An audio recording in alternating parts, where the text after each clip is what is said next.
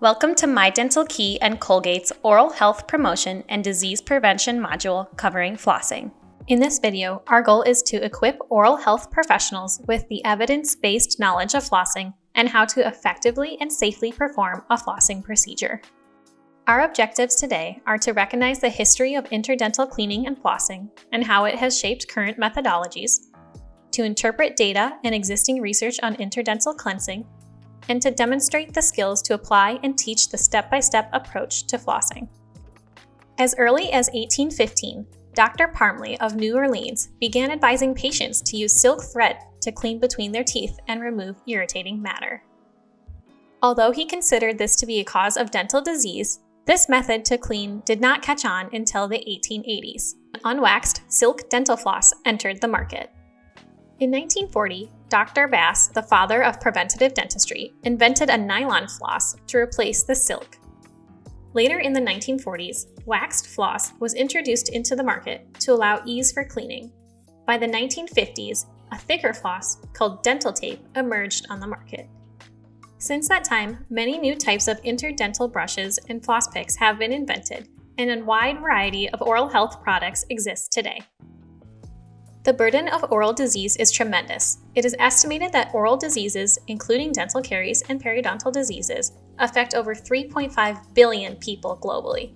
Inadequate exposure to fluoride, growing consumption of sugary foods and drinks, inadequate preventative oral hygiene measures, and limited access to oral healthcare services are causing this burden of oral disease to increase in many parts of the world. Dental plaque and its associated bacteria are the primary cause of both caries and periodontal disease. Self-administered daily mechanical disruption and removal of plaque are therefore key in preventing the progression of oral diseases. When bacteria adhere to the oral biofilm, they ferment dietary carbohydrates into lactic acid, thus lowering the oral pH. When the oral pH becomes more acidic, the balance shifts from remineralization to demineralization. Demineralized enamel, which is an incipient carious lesion, can progress. Once this lesion penetrates into the dentinal layer, the enamel becomes unsupported and the lesion cavitates. Upon cavitation, a lesion can no longer be cleansed properly and the caries must be treated by a dental professional. Thus, interdental cleansing serves as a mechanism to reduce caries as it disrupts the oral biofilm. In addition to reducing plaque levels, flossing is important in preventing calculus formation. Plaque that remains on the tooth surface will calcify, forming calculus. Once present, calculus promotes aggregation of bacteria and food debris, leading to a local host immune response or inflammatory response of the periodontium. Over time, this sustained inflammation leads to alveolar bone resorption, gingival recession, and the breakdown of collagenous attachments in the periodontium. At this stage, patients will need scaling and root planing to debride the tooth surface to resolve the damaging inflammation. If scaling and root planing does not adequately shrink the periodontal pockets, other therapies may be considered. Dental professionals recommend flossing 1 to 2 times per day.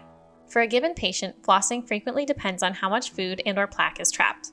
In patients with periodontal disease, more frequent flossing is recommended because periodontal pockets and increased embrasures cause increased food trapping. According to a 2018 study by the Journal of Periodontology, flossing first and then brushing is more effective at removing plaque between teeth and at maintaining the concentration of fluoride on the tooth enamel than flossing after brushing. A patient should start flossing when adjacent teeth are in contact. Parents should help with flossing until children have the dexterity to do it on their own. Children, adolescents, and adults can benefit from flossing even if there is no contact between teeth. The mechanical debridement of surfaces reduces and eliminates the plaque that toothbrushing cannot reach. Here's what we found when we looked into the existing scientific literature on the efficacy of interproximal cleaning and, more specifically, of flossing. According to Hojul et al., flossing effectiveness depends significantly on the caries risk, with high caries risk translating to non-effectiveness of flossing. They also included that professional flossing of school-aged children reduces caries risk in children with poor oral hygiene or minimum fluoride exposure. They found that infrequent flossing may be ineffective in caries control, and that self-performed flossing in young adolescents may have no benefit, for reasons which we'll address shortly. In a study by Worthington et al. In 2019, a systematic review of randomized controlled trials comparing toothbrushing and interdental cleaning against toothbrushing alone was performed. They found that flossing or using interdental brushes in addition to toothbrushing may reduce gingivitis or plaque, both more than toothbrushing alone. Interdental brushes may be more effective than floss. To this point, researchers reported that adjunctive use of interdental brushes results in significant improvements on clinical parameters such as plaque scores, bleeding scores, probing depth compared to brushing alone. This was supported by a Salzer study that found that interdental brushes were the most effective method for interdental plaque removal compared to interdental cleaning aids such as floss. The effectiveness of flossing is still under debate. But why is there not solid evidence for flossing? Among existing meta-analysis of flossing and interdental cleaning, there are several methodological deficiencies, including the lack of validated measures of flossing skill and over-reliance of self-reported flossing behavior by patients. Because of this argument, the current systematic reviews are working with low-evidence studies. Therefore, it is premature to determine how effective flossing is in the prevention of dental caries. But how do we move forward? Oral health professionals use their clinical experience and expertise in their recommendations for patients' oral hygiene. Leading oral health organizations, including the ADA and AAP, advocate that oral healthcare professionals tailor their advice on flossing based on the patient's clinical presentation, caries risk assessment, and other personal and socio-demographic factors. The mechanism of flossing works in a few ways. First is the mechanical debridement with the floss of the interdental embrasure and interdental space. This prevents demineralization from the plaque accumulation in the area. Flossing also helps keep the area clean between the teeth to prevent the gingiva from becoming inflamed. Many products and techniques have been developed to help with interdental cleaning. Routine flossing can be difficult and is only practiced by about 10 to 30% of adults. To increase the low flossing rate, different products exist to make flossing easier and more fun for the patient. Traditional floss, waxed floss, flavored floss, floss threaders, dental tape, interdental brushes, water flossers, floss picks, floss holders, and even more environmentally sustainable options exist. Toothpicks are also readily available and used all around the world for interdental cleansing. When overused or used incorrectly, they can cause wear to the teeth and trauma, so be careful when using toothpicks. We will now cover the step-by-step procedure for flossing. Prepare a 12 to 18-inch piece of floss by tearing the floss from the larger floss roll. Wrap the floss around your fingers, we suggest using your index fingers, and leave a couple of inches of floss on either side. To hold the floss, you can pinch it between your thumbs and first fingers. You should leave about 2 to 4 inches between. Orient the floss between two teeth. Gently slide the floss through the interproximal contact area of the tooth toward the gingival embrasure. Once past the contact area, follow the curvature of the tooth and clean on either side of the gingival embrasure, ensuring that you do not violate the papilla. The motion of the floss will form a C shape around the tooth, both on the mesial and the distal tooth within each gingival embrasure.